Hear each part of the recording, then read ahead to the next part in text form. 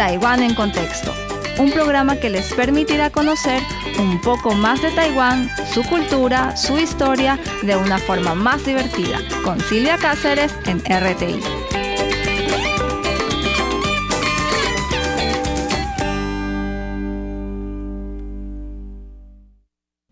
Hola queridos oyentes, les saluda Silvia en otro día de Taiwán en Contexto por Radio Taiwán Internacional. Les cuento que les traigo un tema que tiene que ver con la historia de Taiwán, con su arquitectura. Vamos a ver de qué se trata. Empecemos. Para este informe pasamos 2 días visitando la arquitectura que se encuentra como parte de las celebraciones de Tainan 400, que marca los 400 años desde la fundación de la ciudad. El primer día vimos edificios del periodo del reino de Tongming, que gobernó parte de Taiwán en nombre de la dinastía Ming, y de la era del gobierno de la dinastía Qing. Pasamos el segundo día viendo estructuras de la era japonesa y los edificios de estilo moderno construidos desde el final de la Segunda Guerra Mundial. Este viaje a través del tiempo nos dio una idea clara de los 400 años de historia y cultura de Tainan. Fu Zhaoqing, profesor emérito del Departamento de Arquitectura de la Universidad Nacional de Chengkung, que recientemente recibió el Premio Cultural Nacional, presentado por el entonces primer ministro Chen Cheng-jen, nos habla sobre el Fuerte Zelandia, ahora conocido como Fuerte Antiguo de Amping, cuya construcción, que comenzó en 1624, se considera el punto de partida de los 400 años de la historia de Tainan. Comienza desacreditando algunos conceptos erróneos de larga data.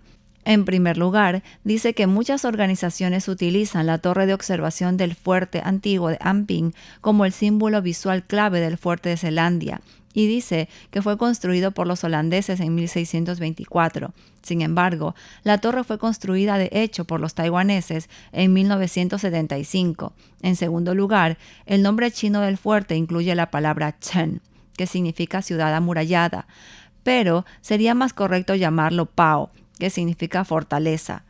Y es así que Fu Zhaoqing, que ha estudiado la historia arquitectónica de Taiwán durante más de 3 décadas, señala que el periodo del reino de Tongming, fundado por Chen Zhengkong, un leal a la dinastía Ming que expulsó a los holandeses de Taiwán, fue muy importante para Tainan.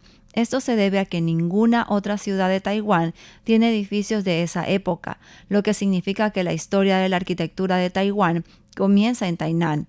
El primer templo de Taiwán dedicado al emperador de Jade, su primer templo del dios de la tierra, su primer templo para el culto de Xuantian Shanti y su primer templo de Confucio, estaban todos en Tainan. Si miras la ubicación de estos templos en el mapa, puedes ver que hoy en día todavía hay muchas pequeñas calles que los unen. Curiosamente, estos eran caminos por los que caminaba la gente común en aquellos tiempos, dice Fu.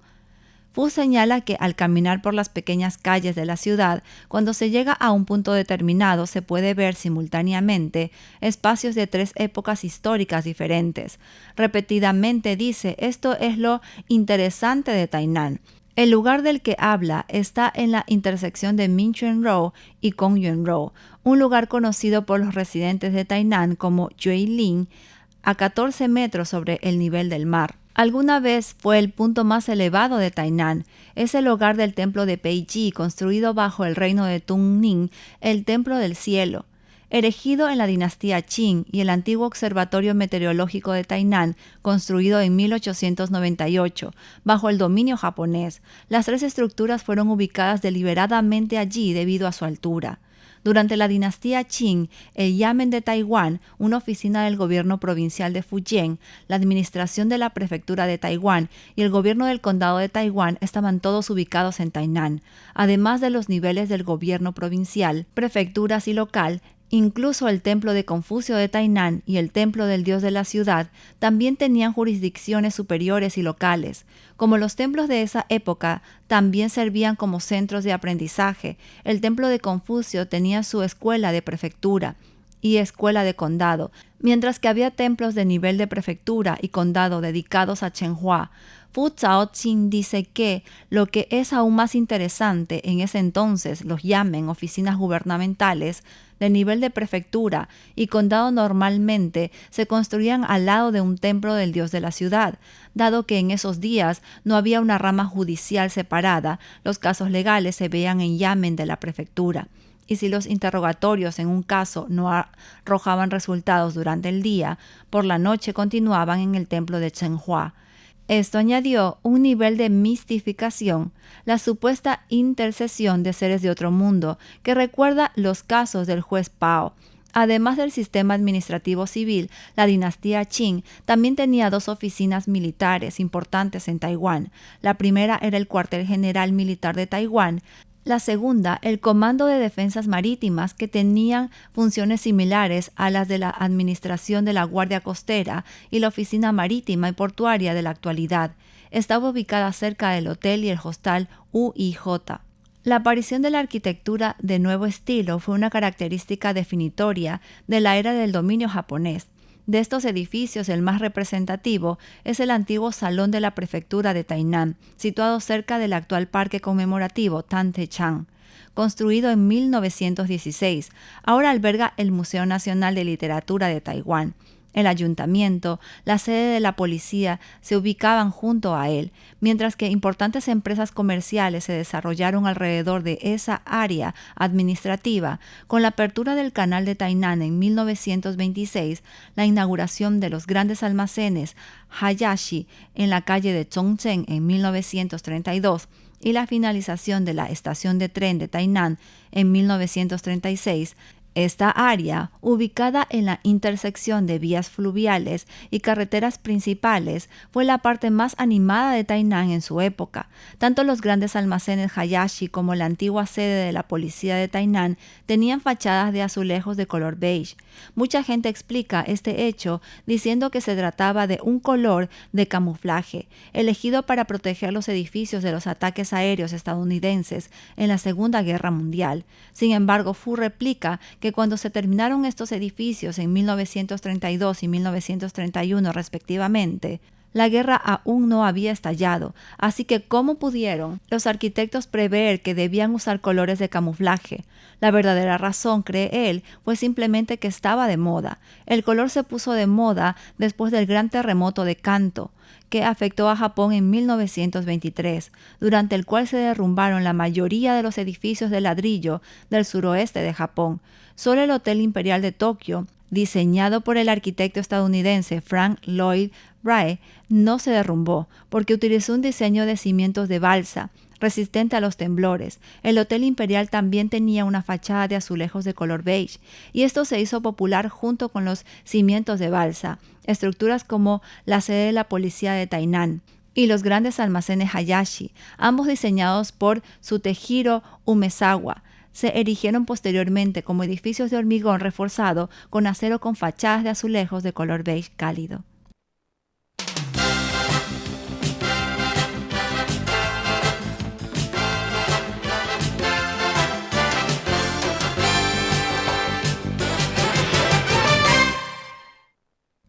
Y estamos de regreso, y cambiando un poco del tema, vamos a hablar de algunas comidas en especial, como el maní, la lima, los fideos. Vamos a ver de qué se trata. Empecemos. En un día de primavera, las esbeltas verduras en un plato primaveral traen a la mente las ciruelas que florecen en las 2 capitales, Dufu, el primer día de la primavera. Los popia son como un linaje no verbal que documenta los secretos de tu vida. No es necesario preguntarle a un adivino quién eres o de dónde vienes. Un bocado de un popia lo revela todo. Chen Qing Yi, así es el sabor taiwanés. Es probable que puedas saber de dónde es un taiwanés por lo que su familia come en su popia. Es poco probable que alguien que no come popia en casa sea de ascendencia de China del Sur. Y los chinos étnicos de Malasia y Singapur pueden sumergirse directamente en estas conversaciones sobre ascendencia porque ellos también comen popia. Tsai Xiao-en, un visitante singapurense en Taiwán, hace cola temprano por la mañana para comprar popia en Ling Linang Ping, un puesto de popia en el mercado de Yongle de Taipei. Tsai afirma que es delicioso y que si bien se puede conseguir popia en Singapur, se prepara sin el cerdo y el hilo de pescado que se encuentran en las versiones taiwanesas, en diferencia a las creencias de los malayos locales, que son en su mayoría musulmanes. El escritor gastronómico taiwanés Chen Qing-yi, que ha realizado encuestas en China y en el sudoeste asiático, dice que el consumo de popia sigue la evolución de la migración y que su nombre varía en consecuencia. En el Ming meridional, que se habla en la ciudad de China de Changzhou, en la gran parte de Taiwán, los popias se conocen como lumpien o rumbin en mandarín. En Malasia, Singapur y Xiamen, China, la fuente de gran parte de la migración étnica china al sudoeste asiático, se los llama pot pian o popin en mandarín. El origen de la forma inglesa de popia es de Kinmen. Se los conoce como zipien en Xiping.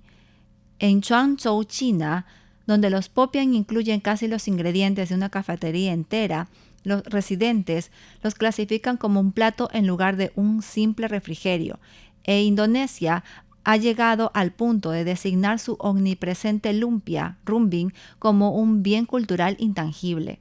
La historia de Indonesia como colonia holandesa llevó al popia hasta los Países Bajos, donde se lo llama loempia y es bocadillo popular, explica Chen. Probablemente ese sea el punto más al oeste al que llegaron.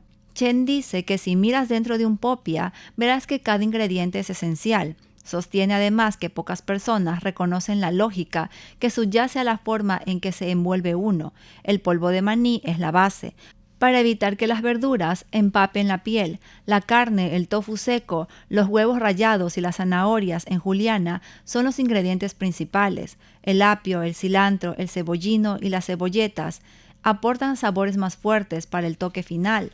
Hablando sobre la conexión entre los ingredientes de la popia y el lugar, Chen nos dice que los frijoles lima en su popia sugieren que su familia es de Tainan, y que el cangrejo, los camarones y las huevas de salmonete también son rellenos comunes entre quienes llaman hogar a esa ciudad. En cambio, las regiones agrícolas como la llanura de Yainan suelen incluir fideos de aceite o fideos de brotes en su popia. Yang Tsai-shen, propietario de tercera generación de Yang Qinghua Popian en Taichung, dice que ha visto a clientes de la zona rural de Chiayi ir a comprar fideos fritos a otra tienda para añadirlos a los popia que acababan de comprar en la suya.